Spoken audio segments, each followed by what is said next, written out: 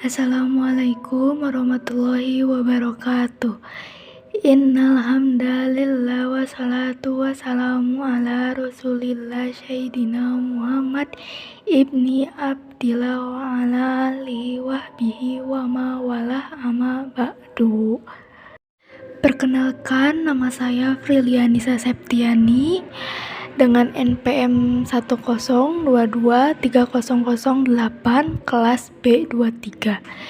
Di sini saya akan memberikan materi mengenai hakikat manusia atau hakikatul insan. Hakikatul insan, sebagai seorang manusia, maka kita harus bisa memahami hakikat dari diri dan kehidupan kita sebagai manusia. Hal ini penting agar kita sebagai manusia dapat bertindak adil terhadap diri maupun orang lain dan juga makhluk-makhluk lainnya. Berikut kita akan membahas mengenai hakikat-hakikat manusia yang harus dipahami. Dalam Kamus Besar Bahasa Indonesia, hakikat memiliki dua arti antara lain. Yang pertama, intisari atau dasar. Contoh, dia yang menanamkan hakikat ajaran Islam di hatiku. Kedua, kenyataan yang sebenarnya. Contoh kata, pada hakikatnya mereka orang baik-baik. Makhluk juga termasuk dalam hakikat manusia.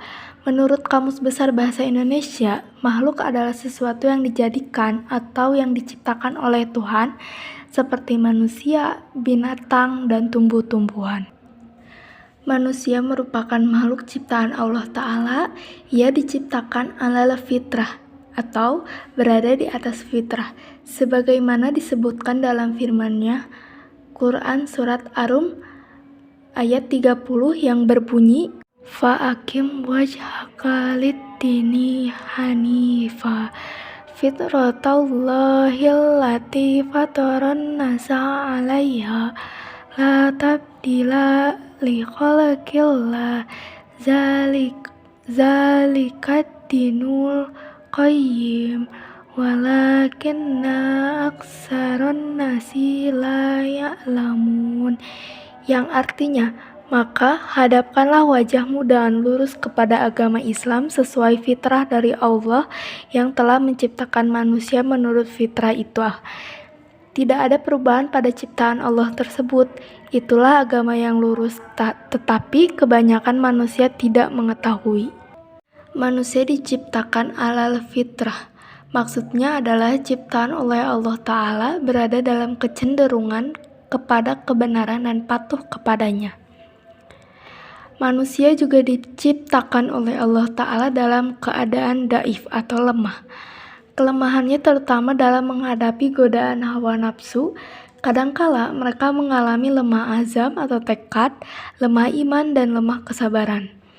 Selain itu, manusia pun pada dasarnya memiliki kelemahan fisik, sehingga Allah Ta'ala menetapkan kebijakannya dengan memudahkan berbagai perintah dan larangan.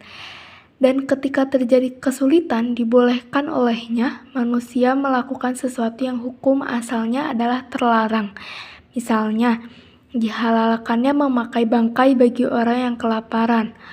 Allah berfirman dalam Quran surat An-Nisa ayat 28 yang berbunyi, Yuridullahu ayyukhaffifa ankum wa khuliqul insanu dhaif, yang artinya Allah hendak memberikan keringanan kepadamu karena manusia diciptakan bersifat lemah.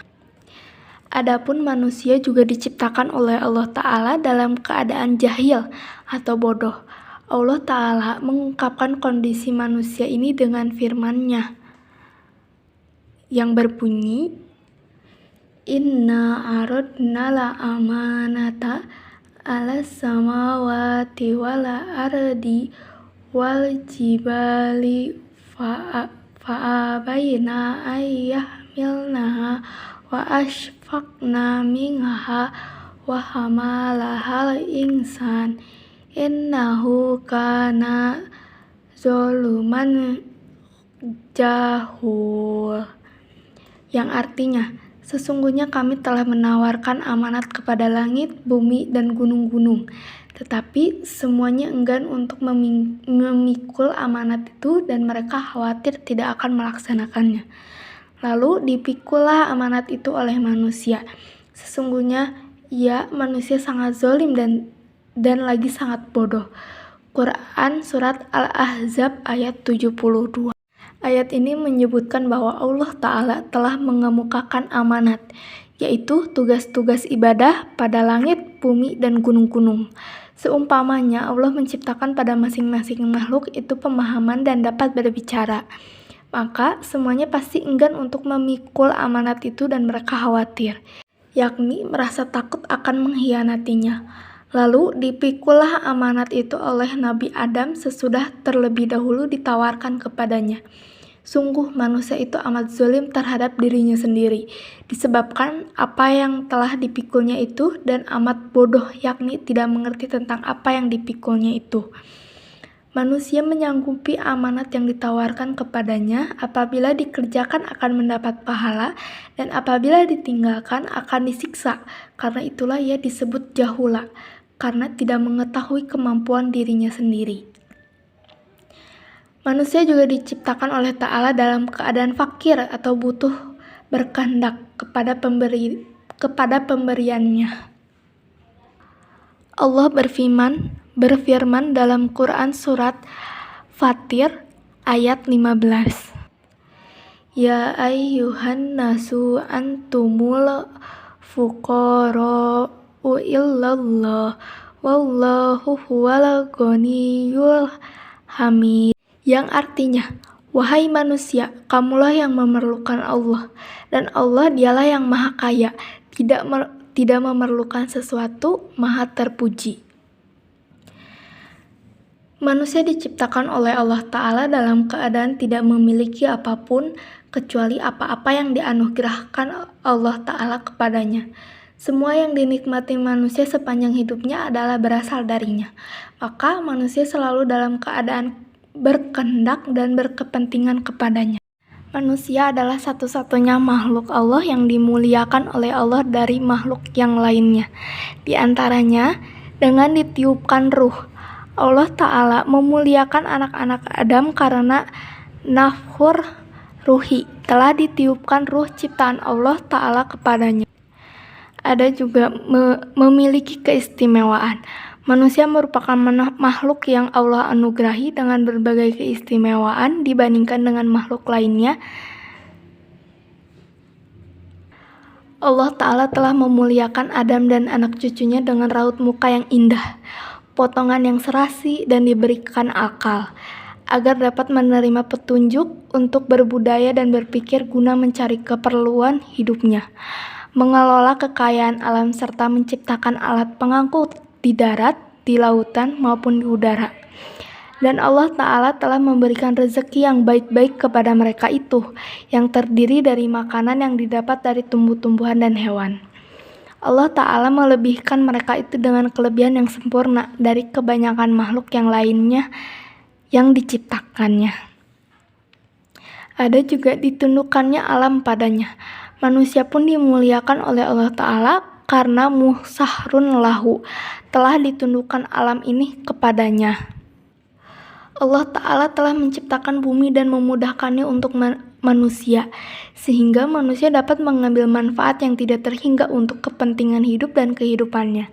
Dia menciptakan bumi itu bulat, terapung-apung di angkasa luas, tetapi manusia tinggal di atasnya seperti berada di tempat yang datar, terhampar, tenang, dan tidak bergoyang. Dengan perputaran bumi terjadilah malam dan siang, sehingga manusia dapat berusaha pada siang hari dan beristirahat pada malam harinya. Padanya memancarkan sumber-sumber mata air yang mengalir air untuk diminum manusia dan binatang ternak peliharaannya. Dengan air itu pula manusia mengairi kebun-kebun dan sawah-sawah mereka. Demikian pula kolam-kolam tempat mereka memelihara ikan. Dengan air itu pula mereka mandi membersihkan badan mereka yang telah kotor, sehingga mereka merasa segar dan nyaman. Diciptakannya pula bukit-bukit, lembah-lembah, gunung-gunung yang menghijau yang menyejukkan hati orang yang memandangnya. Dari celah-celah bukit itu mengalirlah sungai-sungai, dan di antara bukit-bukit dan lembah-lembah itu manusia membuat jalan-jalan yang menghubungkan suatu negeri dengan negeri yang lainnya.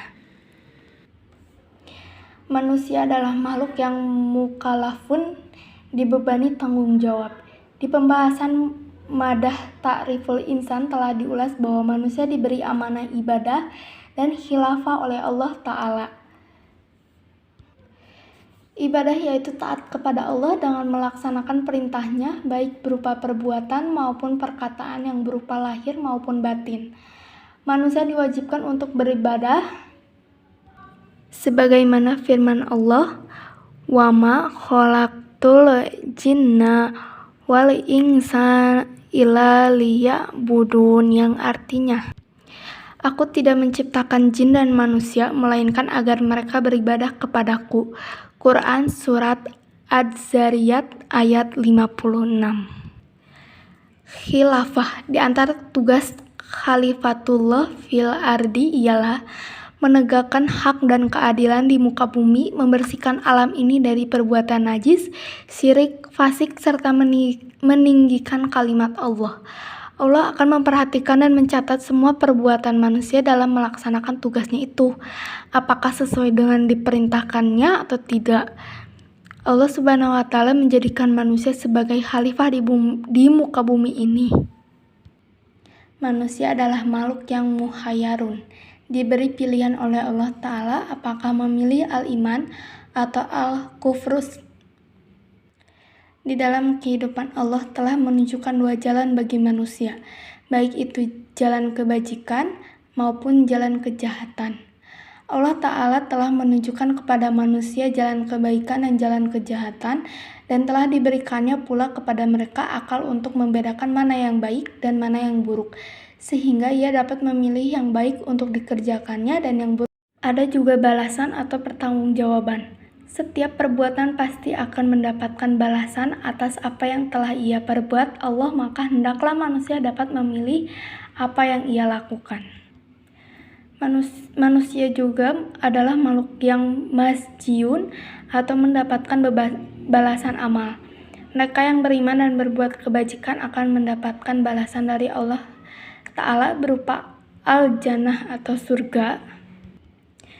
Sedangkan mereka yang ingkar akan mendapatkan balasan dari Allah Subhanahu Ta'ala berupa anar atau neraka. Allah berfirman, "Jika kamu tidak mampu membuatnya dan pasti tidak akan mampu, maka takutlah kamu akan api neraka yang bahan bakarnya manusia dan batu yang disediakan bagi orang-orang kafir." Quran Surat Al-Baqarah ayat 24. Segitu saja materi hakikatul insan atau hakikat manusia. Mohon maaf apabila ada kesalahan dalam membaca ayat-ayat Al-Quran ataupun untuk materinya. Mohon maaf bila ada kesalahan-kesalahan kata. Wassalamualaikum warahmatullahi wabarakatuh.